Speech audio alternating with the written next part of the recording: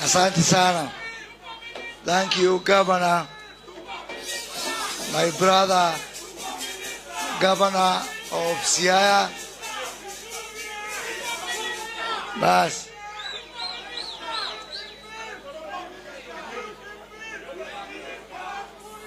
What a day. What a day. Governor James Orengo, Your Excellency, my brother, the only youth leader of Siaya County, Dr. Uhuru Oginga, viongozi wote, county executives, Jodhuro Untie, Jodhuro Mall, Siaya Moso, Jarego Dinadi. Ningeendelea lakini I have some people who don't understand our language. So just allow me to continue in national language. And you know, I've been launching these industrial parks in Swahili. So today I'm happy. It is the only day I can launch an industrial park completely in English. A testament that I'm in the great county of Siaya. You know, during the Second World War, there used to be fighting between, let us say, Germans and the British. And during tea time, someone would just shout, tea time. And when they shout tea time, it means everybody focus on having a cup of tea, and there's no more shooting and no more fighting.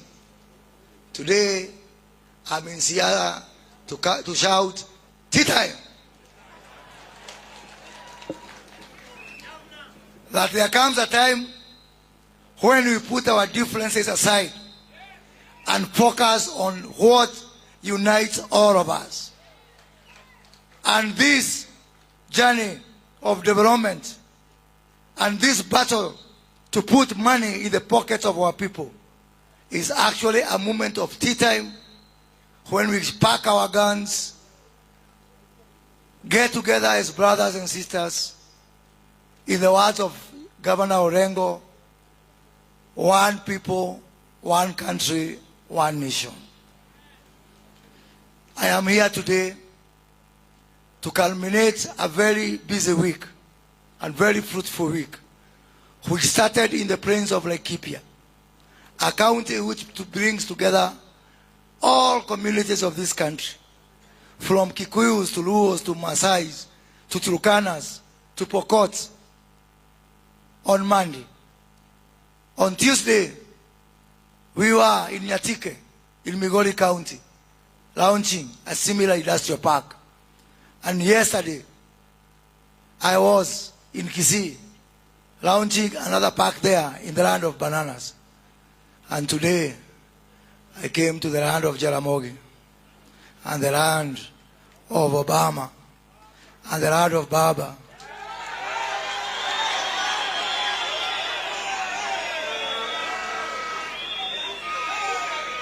And the land of the great James Orengo, to say that indeed development has no boundaries and we are all one people. What would make me more proud that coming back here in Alego in 2 years' time and finding, as per my estimate, around 20,000 people working here, working on a very thriving fish industry. Where today, I am not coming with new fish. It is the same fish that is found in this treasure of yours called the lake. But I am here today to ensure that you reap maximum benefit from your fish. The same fish that you have. Once we do value addition, once you do processing of your fish, once you sell your fish directly from Alego, as that young girl has said, from Siaya to the world, it will make my heart melt. with love. How happy will I be if today I'm wearing clothes which are not benefiting the people of this country? But when we work together on the cotton industry here in Siaya, and within 2 years, we come back and say, we are now wearing clothes made in Siaya, not just by tailors of Siaya, but Siaya farmers toiling in their farms and helping us to clothe ourselves. For indeed, it's a shame that 60 years after independence, we continue to import clothes when we can actually make our own cotton. The same for all the other products. I have seen a lot of activities on sunflower and other edible oils. This year, Kenya will import crude palm oil worth 150 billion Kenya shillings. That money will benefit people of Malaysia, people of Indonesia, people of other countries. That money will create jobs in Indonesia and Malaysia. It is my humble contention that these jobs are required here in Kenya more than anywhere else. If we continue importing shoes, when we can, I've seen here some efforts to have some leather coming from fish as a byproduct of fish. And as I said on Monday in Laikipia, I look forward to next year where I'll ban all imports of shoes so that the people of Siaya and the people of this region can be able to convert fish into leather, into shoes, into bags for our ladies, into belts, so that we can also put money in our pockets. This program is a shared program. Kenya shillings 250 million from national government, Kenya shillings 250 million from the county government of Siaya. And I want to thank my brother Governor Orengo and the county assembly, especially the county assembly, for supporting the governor's program. I must say the governor has been, I must say, the most enthusiastic governor on this program. Although it's a program for the entire country, he has always been bothering me. And yesterday he had to come to Kisumu to ensure that I am there, and he gave instruction to the airport that they should close the airport for me until I launch this industrial park. I want to thank you, Governor, for that cooperation, because really it makes my work easier when we have a governor who is progressive, a governor who wants to do the best for our people, and the governor who knows that one day, after we leave this world, we are going to be remembered by our actions. Governor, I want to tell you for what you are doing today. These people of Siaya, I am very sure they will vote for you again.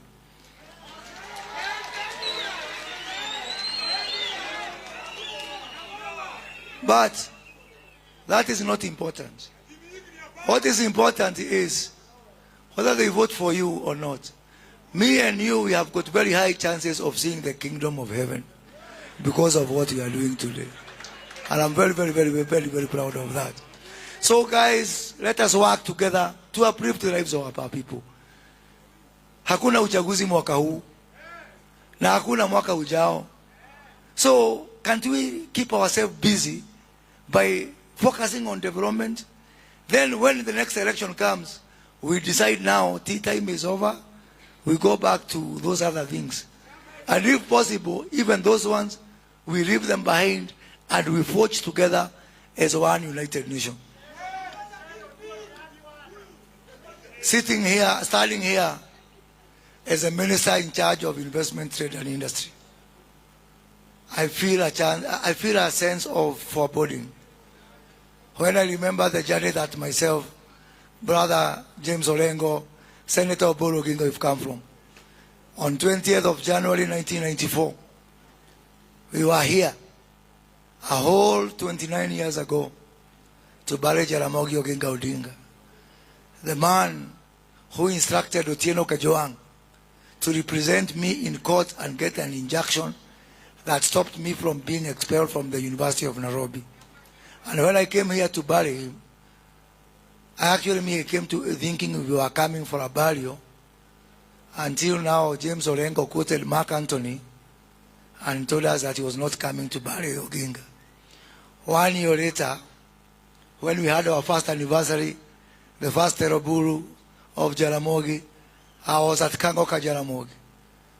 And I remember I was sitting next to Oburu. And Oburu had a very long kabuti. That time, President Moi had said there's not going to be any live music in that Teraburu. And the leadership of this region was saying, no way. So we were there, and it was getting dark. Olusegun Obasanjo was there. That time not as a civilian president, but a former military ruler. And when the music started, I remember it was around 6:30 p.m. Okachi Bigi started playing Sarah. And as I say here, no sooner had Okachi Bigi started playing Sarah, tear gas was thrown. And I remember Oburu and I, we were helping each other buy the cactus at Kangoka Jaramogi to escape from a DC called Kirito Amai. And then we were whisked to safety. We went to a powder farm, and Baba prepared for us the best chicken I've ever tasted in this side of the world. That is 28 years ago. Today, I'm here as a minister. Orengo is here as a governor of Siaya. Oburu Oginga is here as a senator. And Makamu is an ordinary citizen.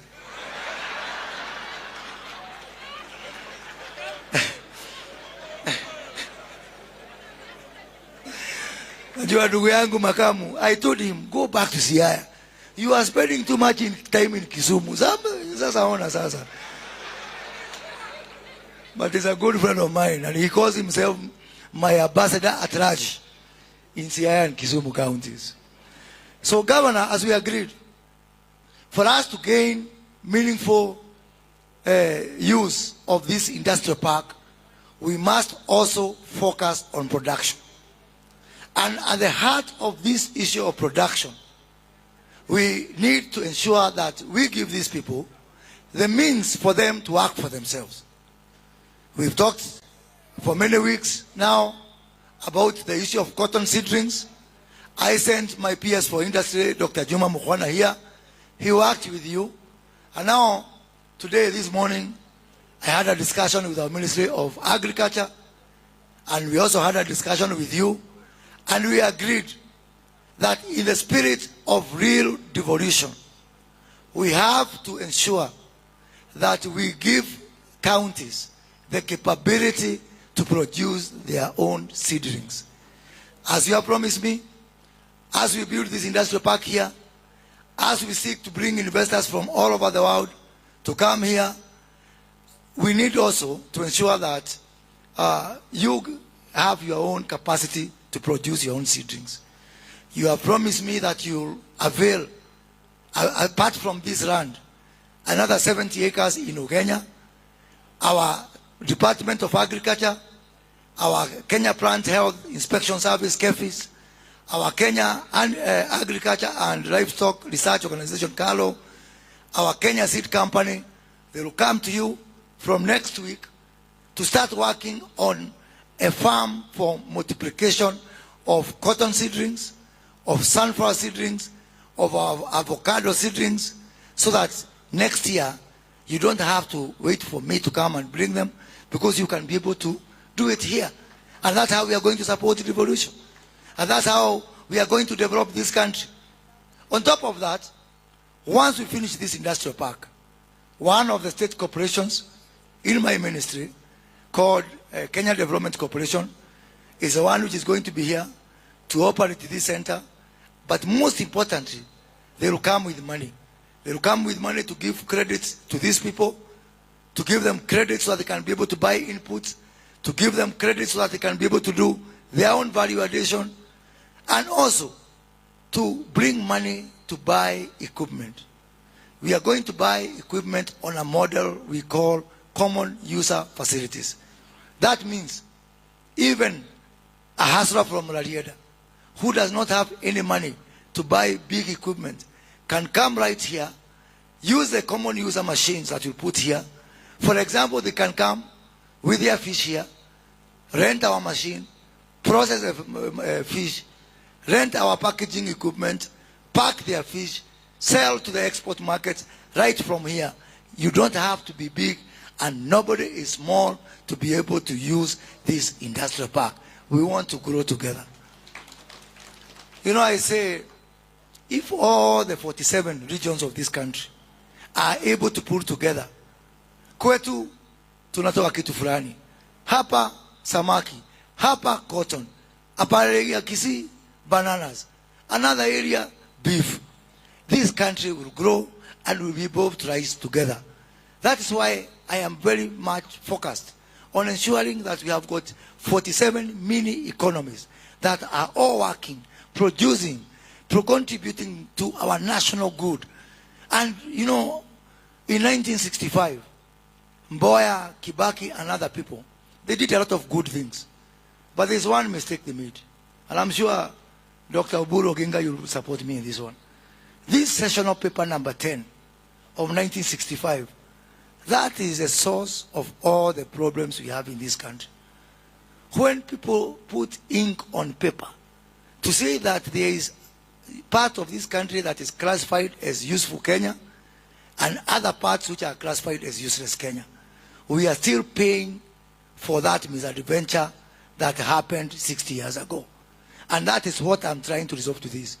For me, all parts of Kenya are useful. There is no one part of Kenya that is useless, because we are contributing with your fish, with your cotton, with your sunflower, with your avocados. Are you not shareholders? You, by the mere products that you have that can contribute to our jobs, contribute to our foreign exchange, contribute to our national GDP. Everybody in this country is a shareholder, and as I complete this program, you'll be able to see that we can all move together. Siku ya Jumamosi, mimi ni shabiki wa mpira na nashabikia timu inaitwa Chelsea huko juu, na hapa chini mimi mnajua ni mtu ya Gor Mahia. Kogalo, Kogalo